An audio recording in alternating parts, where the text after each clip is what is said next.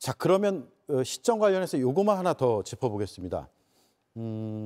이게 졸속으로 3개월 동안 하는 것이냐, 아니면 이번에 사실 본격적으로 추진되긴 하지만 길게 보면 노무현 정부 때부터, 짧게 보더라도 지난 문재인 정부 때부터 논의가 시민사회나 법조계에서나 국회에서나 오랫동안 있었기 때문에 이제는 결실을 맺을 단계인가에 관점 차이도 있을 것 같아요. 어떻습니까?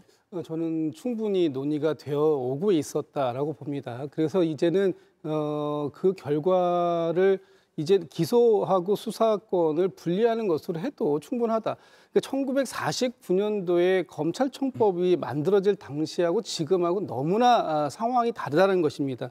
당시에는 혼란한 사회를 빠르게 수습한다라는 측면 때문에 검찰에게 수사권, 기소권, 이 모든 것들을 다 줬어요. 그러다 굉장히 강력한 검찰을 만들어냈던, 태동했던 부분인데 그것이 이제 문민정부 이후가 되면서 검찰에도 어느 정도의 견제가 필요하겠구나라는 것은 이미 사회적으로 그 컨센서스가 형성이 된 부분이 있습니다. 예. 그렇기 때문에 2019년도에 이 검수완박을 저희가 추진하면서 공수처라는 걸 만들 때도 사실상 이 검찰의 기능을 좀 분리시켜야 되겠다. 좀 검찰이 가지고 있는 권한을 분산시켜야 되겠다라는 측면에서 좀 그 포커스가 좀 맞춰진 측면이 있었는데 이것을 시행해 보는 과정들 속에서 다시 계속해서 원래의 자리로 회귀하려고 하는 모습이 있었던 거 아닙니까? 그 대표적인 게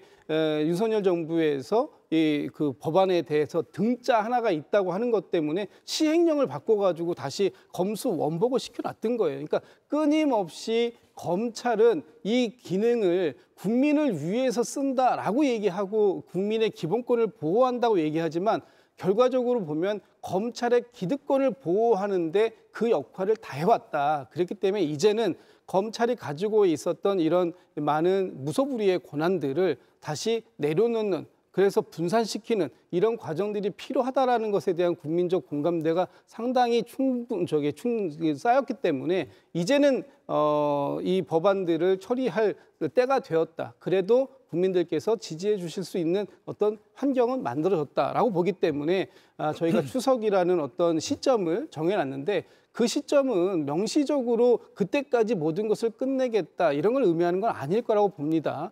최소한 이걸 무한대로 가져가겠다라는 것이 아니라 어느 단계까지는 1차적인 논의 아니면은 최소한 국민들의 합의를 모으는 논의를 완성시키겠다라는 기본적인 계획은 가지고 있어야 앞으로 이 논의를 가지고 가는 프로세스를 만들어낼 수 있는 게 아닌가, 그런 측면에서 예. 추석이라는 그 어떤 시안이 제시가 된 게 아닌가 싶습니다. 예. 그런데 우리는 수사와 기소의 분리를 상당 기간 동안 시험을 해봤습니다. 그게 바로 2020년에 있었던 검경 수사권 조정, 그리고 2022년에 있었던 이른바 검수완박이죠. 자, 그 이후에 우리나라 형사사법의 현실이 어떻게 됐느냐.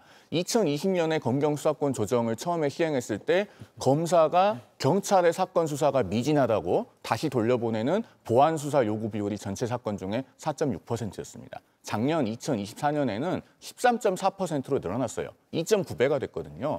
경찰이 독자적으로 수사를 하기 시작하면서 그 수사의 노하우가 충분히 쌓이고 경험이 축적됐으면 이 비율은 감소해야 맞습니다. 그런데 폭증하는 사건을 경찰은 감당을 못하고 점점 보안 수사 요구받는 비율이 늘어나요. 실제로 사건 처리 기간도 엄청나게 길어졌습니다. 검경 수사권 조정이 시행되기 전에는 2019년 4월부터 6월까지 평균 사건 처리 기간이 313.5일이었어요. 기소될 때까지. 그런데 2023년 4월부터 6월까지는 484.2일로 1.54배 증가합니다. 이것이 우리나라 형사사법의 현실이에요. 그러면 5년 동안 시험을 해봤는데 국민의 권리에는 도움이 안 되고 오히려 사건 처리는 길어지고 복잡해지고 제대로 처리가 안 됐습니다. 그런데 검찰의 수사권을 완전히 박탈한다. 그러면은 전체 국민이 더 피해를 보겠죠. 물론 그동안에 검찰이 잘못한 게 없다는 게 아닙니다. 그러나 정치적인 사건에 관해서 중립화를 확보할 방안을 생각해야지 전체 국민의 권리를 실험의 대상으로 삼아서는 안 된다라는 점을 강조해서 말씀을 드리는 겁니다. 제가 시청자분들께서 오해하실까 봐 말씀드리면요. 지난 정부 때 수사기소 분리가 정착되지 않았습니다. 그렇게 전제하고 말씀 주시는 거는 아주 전제사실부터 틀렸다는 말씀을 드리고 싶고, 기본적으로 정확하게 검경 수사권 조정의 핵심은 검찰이 수사 개시를 할 수 있는 그 범죄를 특정하고 줄여놨다는 거죠. 예. 그렇기 때문에 경찰에서 송치를 하면 기소는 검찰만이 갖고 있었던 겁니다. 수사 기소 분리를 제가 검찰 출신 분들을 만나보더라도 이제는 수용 단계예요. 왜냐하면 더는 그걸 역행할 수 없다라는 여론이 있는 겁니다. 왜 이런 여론이 있느냐? 기본적으로 수사와 기소를 한 기관이 갖고 있게 되면 이를테면 재벌 수사 아니면 언론 주목도가 매우 높은 정치인 수사 대대적으로 수사합니다. 그리고 취재 경쟁도 상당히 뜨거워요. 그리고 검찰이 본인들이 수사했는데 이거 저희가 봤더니 증거 불충분이고 증거가 없으니까 불기소하겠습니다. 이렇게 결론 내지 않습니다. 무조건 기소를 하나의 꼬린 지점으로 인식하게 돼요. 예. 그래서 특수부 수사들이 무죄율이 높은 겁니다. 이거는 검찰 개개인의 어떤 역량 때문에 발생하는 일이 아닙니다. 구조적인 한계 때문에 발생하는 거예요. 그래서 영미권 국가에서도 수사 기소를 분리하고 있는 것도 같은 맥락입니다.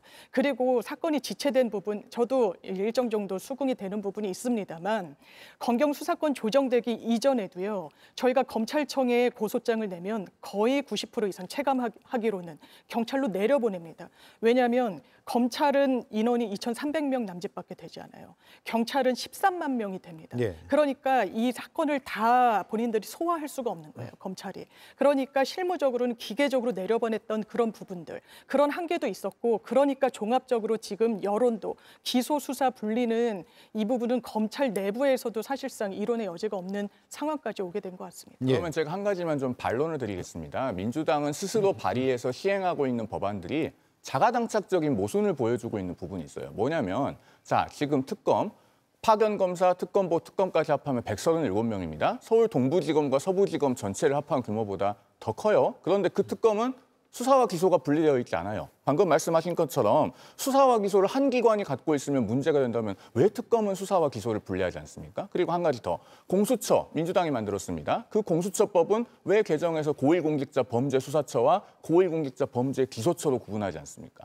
그러니까 이런 부분만 봐도 결국에는 수사와 기소의 분리가 절대선인 것처럼 그것을 검찰개혁과 등치시키는 것은 사실은 국민들을 속이는 겁니다. 한 가지 더 말씀드리면 검경 수사권 조정 시행 전에도 물론 상당수의 사건들을 검찰청에 고소장이나 고발장을 내도 내려보냈습니다. 그런데 그 당시에는 검사가 하나하나 수사 지휘를 할 수 있었죠. 지금 그렇게 할 수 있습니까? 고소장은 경찰로 먼저 가고 애초에 송치되기까지는 검사가 개입을 못해요. 그것이 수사기간이 장기화되고 사건이 제대로 처리되고 있지 않은 원인입니다. 우리나라에 지금 변호사가 3만 명이 넘고 이 프로그램을 보고 계시는 분들도 많이 계실 것인데 아마 많이 공감하실 거라고 생각합니다. 제가 저의 발언에 대해서 말씀 주셨으니까 조금만 덧붙인다면요. 특검을 예로 드는 건 상당히 어색하다고 생각합니다. 지금 특검이 발족했는데 수사 기소가 분리된 상황이 아니지 않습니까? 그러니까 지금의 특검의 상황과 특수성에 맞춰서는 수사도 하고 기소밖에 할 수 없는 거예요. 만약에 말씀 주신 대로 수사 기소가 분리된 상황이었으면 다른 법률 편제를 고민해 볼 수 있었겠죠. 그거 자체가 전제가 안 되는 상황에서 왜 그렇게 하지 않느냐라고 반박하는 건 좀 이해되지 않습니다. 예.